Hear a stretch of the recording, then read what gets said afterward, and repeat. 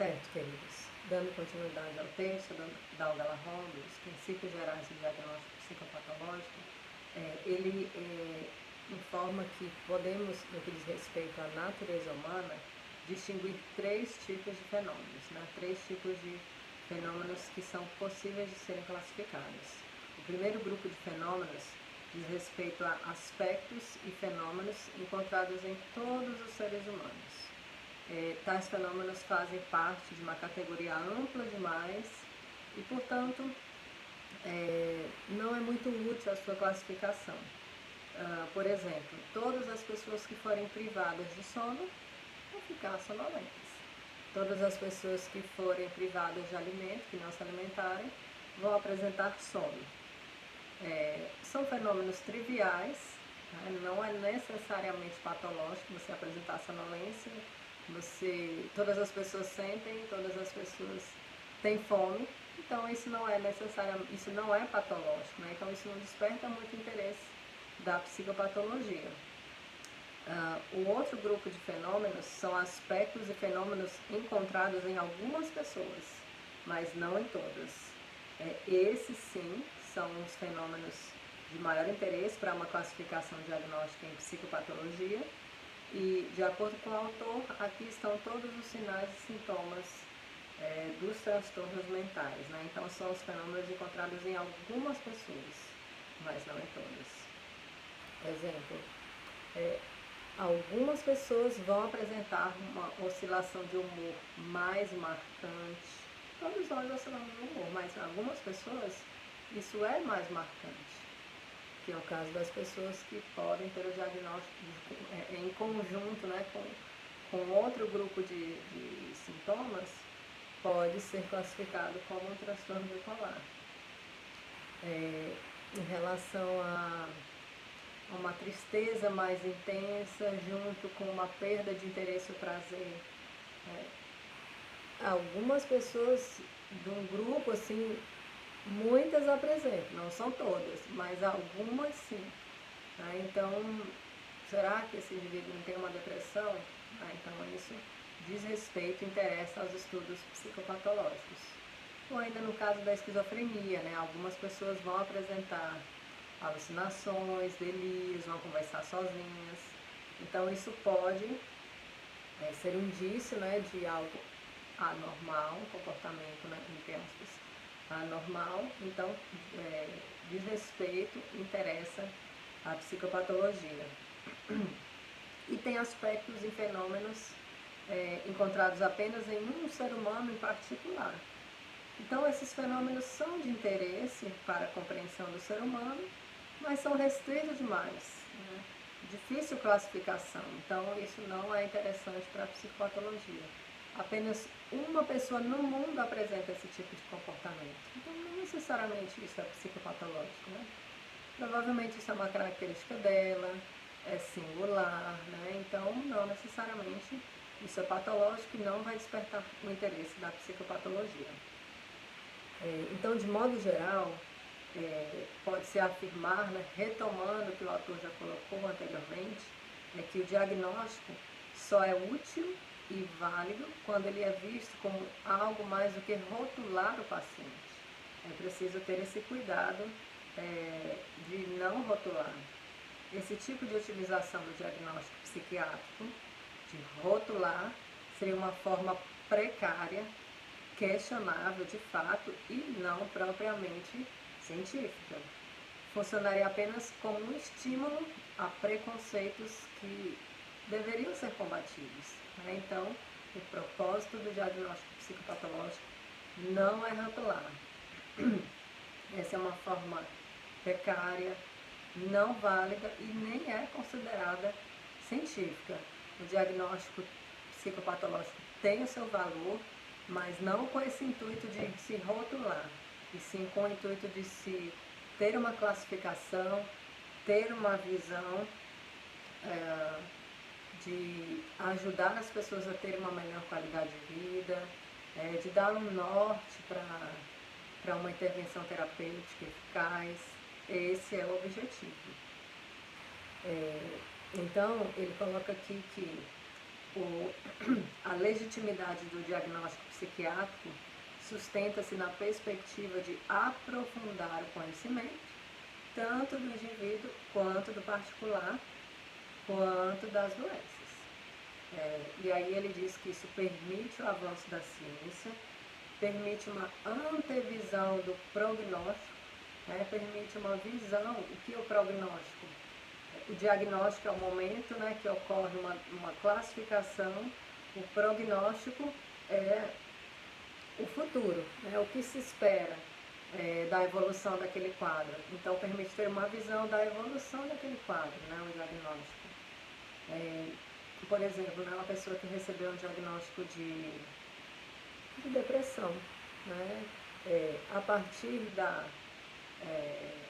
realização de um diagnóstico, nós conseguimos saber que tratamentos são úteis para que eu tenha um prognóstico, né, um futuro, uma evolução da doença satisfatória, devolvendo a qualidade de vida desse indivíduo.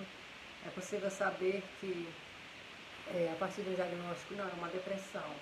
Qual é o tratamento adequado? Né? Qual é a medicação que vai surtir um efeito? Que outros tratamentos complementares, né?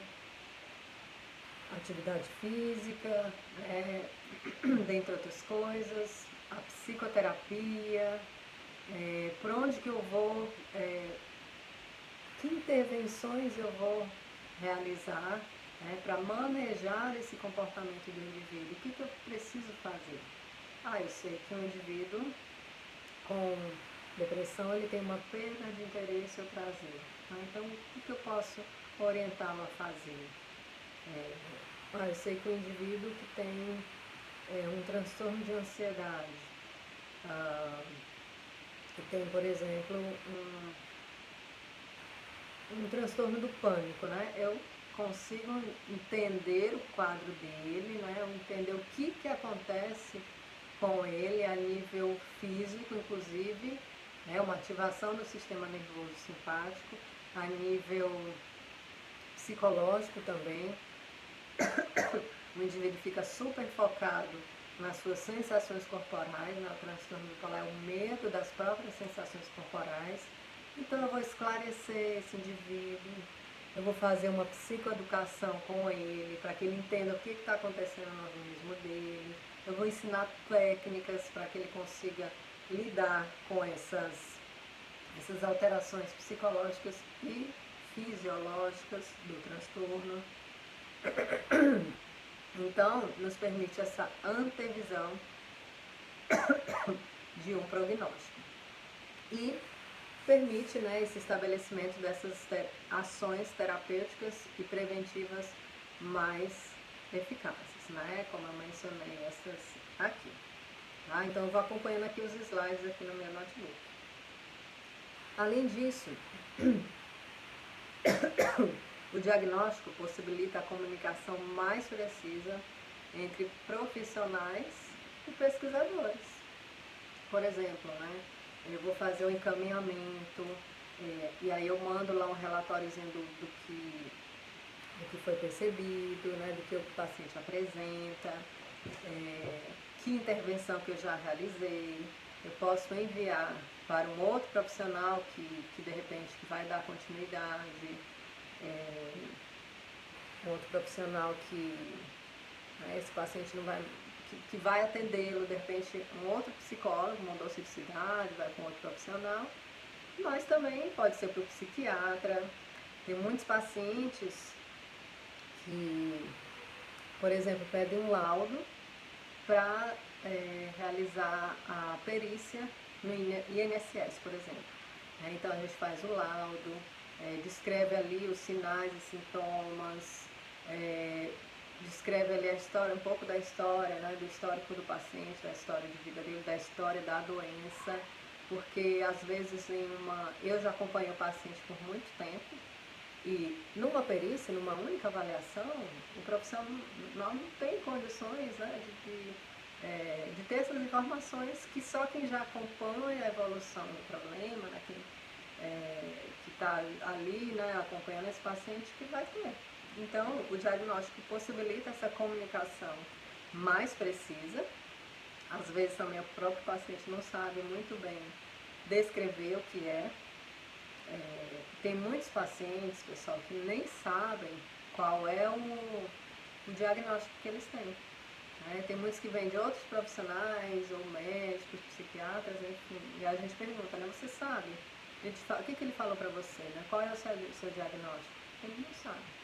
Né? Aí o profissional muitas vezes coloca ali no laudo, né, o CID-F41, né, que é da ansiedade, 32, 23, aí a gente, enquanto profissional, vai lá, vai consultar o nosso PSM, ou a gente já conhece e a gente isso vai permitir que a gente entenda, né, qual é o quadro do paciente.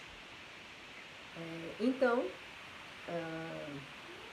sem o diagnóstico, haveria apenas a descrição de aspectos unicamente individuais, que, embora de interesse humano, são insuficientes para o desenvolvimento científico da psicopatologia.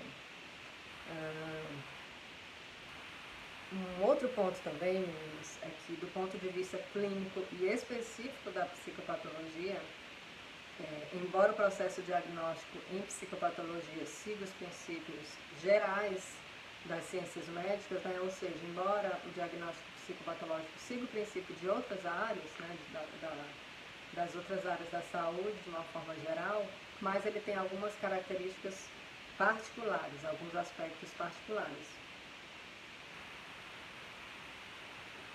O primeiro ponto é que o diagnóstico de um transtorno psiquiátrico é quase sempre baseado em dados clínicos. Né? Então, o diagnóstico psiquiátrico, psicológico, ele não vai ser baseado em exames. Tá? Por exemplo, uma pessoa que apresenta um transtorno do pânico. A primeira coisa, a pessoa passou mal, ela jura que ela vai morrer, que ela está tendo um ataque cardíaco, ela sente um aperto no peito, ela vai no pronto-socorro. Ela sente a taquicardia, ela sente esse aperto no peito, ela sente a sensação de falta de ar, ou seja, ela sente sensações físicas desagradáveis, né, alteradas, mas ela vai fazer um eletro, ela vai fazer um hemograma, isso não é algo que aparece em exame, né, não vai, e muitos ficam decepcionados, né, frustrados, porque não conseguem descobrir, né, em exames de imagem, exames de sangue, o que apresenta. Então, um diagnóstico psiquiátrico, ele quase sempre é baseado em dados clínicos e não em dosagens laboratoriais, exames de imagem como tomografia, ressonância magnética, né? Tem muitas pessoas, a gente já comentou um pouco disso na aula, né? Que tem uma resistência a aceitar que está passando por um problema psicológico, porque muitas vezes os problemas psicológicos são minimizados.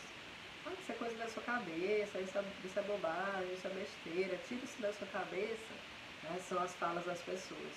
Então as pessoas têm dificuldade ou às vezes se negam a aceitar que não é uma questão orgânica, é uma questão psicológica, né? E aí vão recorrer a esse exame de tomografia para verificar uma depressão, uma ressonância magnética, mapeamento, não vai aparecer. Né? Não vai aparecer porque não é uma questão orgânica, né? É uma questão psicológica. Então, é necessário um exame clínico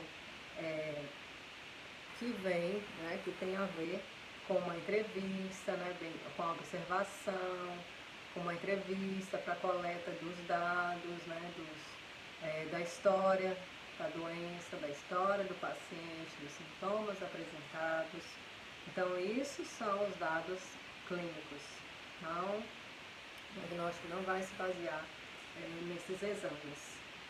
É até útil, de certa forma, né, o autor coloca esses outros exames para avaliar se realmente não é uma questão orgânica, né, para saber se realmente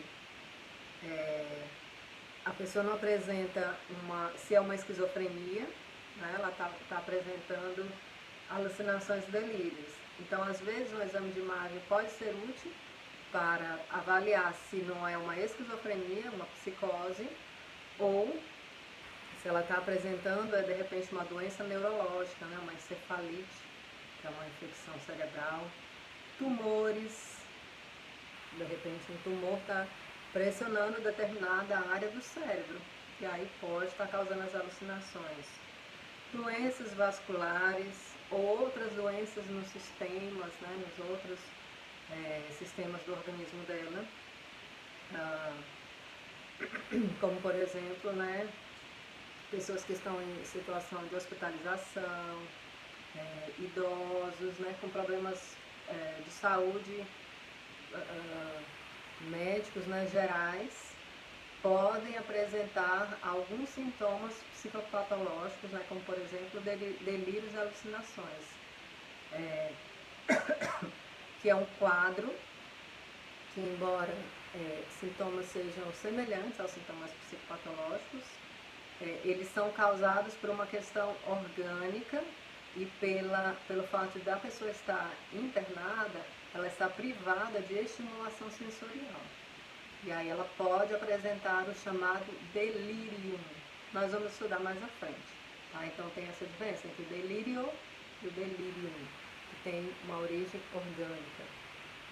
Então, esses exames são até úteis para avaliar, se não é uma coisa, é outra. Descartado isso, não é nada físico, né? Aí entra aí na questão psicopatológica, psiquiátrica.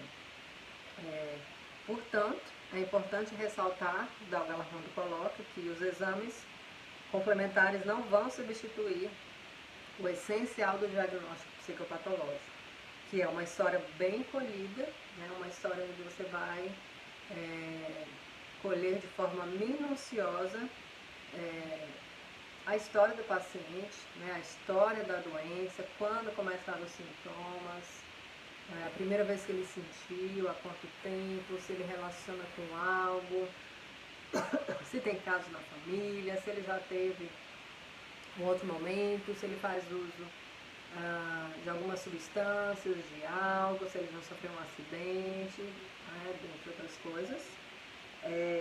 Então, o essencial é isso, essa história bem colhida e o exame psíquico minucioso. Um exame psíquico, um exame das habilidades psíquicas. Como é que o paciente está em relação à orientação, tempo espacial, ele sabe que dia é hoje, que horas são, que dia ele nasceu, o local que ele está, você sabe que você está numa clínica, em que cidade você está. Tem pacientes que falam que hoje é dia 20 de setembro de 2016. Tem pacientes que, nós já fizemos uma entrevista com os pacientes lá no CAPS, eles diziam que uma lá dizia que ela estava lá numa cidade lá do Tocantins. Então a paciente estava desorientada com relação ao tempo e espaço, né? Então algo não estava bem. E ambos interpretados com habilidade. Uma outra coisa também, gente, é que o diagnóstico psicopatológico não é baseado em possíveis mecanismos etiológicos supostos pelo entrevistador. E a gente tem que ter muito cuidado com a suposição. O diagnóstico psicopatológico se baseia no perfil de sinais e sintomas apresentados pelo paciente, na história da doença e no momento da entrevista. Por exemplo, ao ouvir do paciente ou familiar uma história de vida repleta de sofrimentos, fatos emocionalmente dolorosos ocorridos pouco antes do eclodir, né, do surgimento dos sintomas, faz com que a gente pense que, de repente, é apenas uma questão psicológica, né, relativa àquela situação específica, mas nem sempre, né? Às vezes, numa situação estressora, ou desencadeou aqueles sintomas, ou fez com que surgissem sintomas de um transtorno que já estava lá, né? Que já estava presente. que esse indivíduo já há muito tempo apresentava os sintomas, mas eles ainda não tinham eclodido, não tinham surgido, não tinham aparecido. Mas ele já tinha uma tendência à depressão, ou ele já tinha uma tendência, já apresentava alguns comportamentos prodômicos de uma esquizofrenia. Já era um indivíduo que desde a infância se observava que ele era um pouco isolado, que não tinha muitas amizades, que não tinha habilidade social. Esse é um tipo de comportamento prodômico, digamos assim, né? Um indicativo de uma esquizofrenia. Porque às vezes muitas pessoas chegam, fulano, o rapaz, ele surtou porque ele estudou demais. Será que é isso? Ou será que ele já desde a infância já apresentava comportamentos indicativos, né, de uma esquizofrenia? E a gente sabe que a esquizofrenia, ela preponderantemente, ela aparece na adolescência, aí dos 16 a 18 anos para os rapazes, e as moças aí no início da vida adulta. Então, será que não era isso? Será que essa situação estressora só fez eclodir algo que inevitavelmente já ia acontecer? Então, a gente tem que ter esse cuidado. Uma linha diagnóstica baseada fundamentalmente na descrição evolutiva e atual dos sintomas que de fato o paciente apresenta, né? A gente precisa nos basear então nessa evolução, nessa descrição evolutiva, buscando na totalidade dos dados biológicos, psicológicos e sociais uma formulação hipotética plausível, né? Lembra que teve até uma questão na prova, né, a respeito das causas dos transtornos mentais. A perspectiva, ela é biopsicossocial. A gente sempre precisa avaliar, o psicólogo não pode esquecer disso. Nós precisamos avaliar. A nossa perspectiva deve ser biológica, psicológica, social, integrada, né? Então a gente tem que avaliar todos esses fatores. A evolução do quadro, né, do caso, do paciente, avaliando todos esses aspectos, né, biopsicossociais. O terceiro ponto, no que diz respeito aos aspectos particulares do diagnóstico psicopatológico, o primeiro é que ele quase sempre é mais baseado em dados clínicos. Os exames servem apenas para diferenciar se é ou não é um outro tipo de problema orgânico. O segundo é que ele não é baseado nos mecanismos etiológicos supostos naquele entrevistador. A gente não deve se basear no que a gente supõe. Nós devemos colher os dados aí da história evolutiva, tendo em vista essa perspectiva. Um outro aspecto, o terceiro aspecto que ele diz, que é essencial ao diagnóstico, é que não existem sinais e sintomas psicopatológicos totalmente específicos de determinado transtorno mental. Na psiquiatria ocorre o mesmo, como afirma Emil Kraepelin, um psiquiatra aí famoso, né, na história da psiquiatria. E ele diz que, infelizmente, não existe no domínio dos distúrbios psíquicos um único sintoma mórbido que seja totalmente característico de uma enfermidade. O que quase nunca é produzido totalmente de forma idêntica pelos diferentes transtornos mentais é o quadro total, incluindo o desenvolvimento dos sintomas, o curso e o desenlace final da doença. Não existe um sintoma que seja exclusivo de um transtorno. Por exemplo, alteração do sono.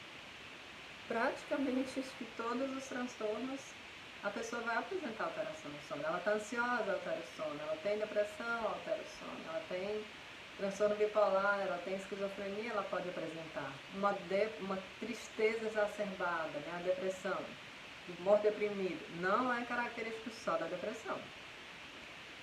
Uma pessoa num quadro de ansiedade prolongado, ela vai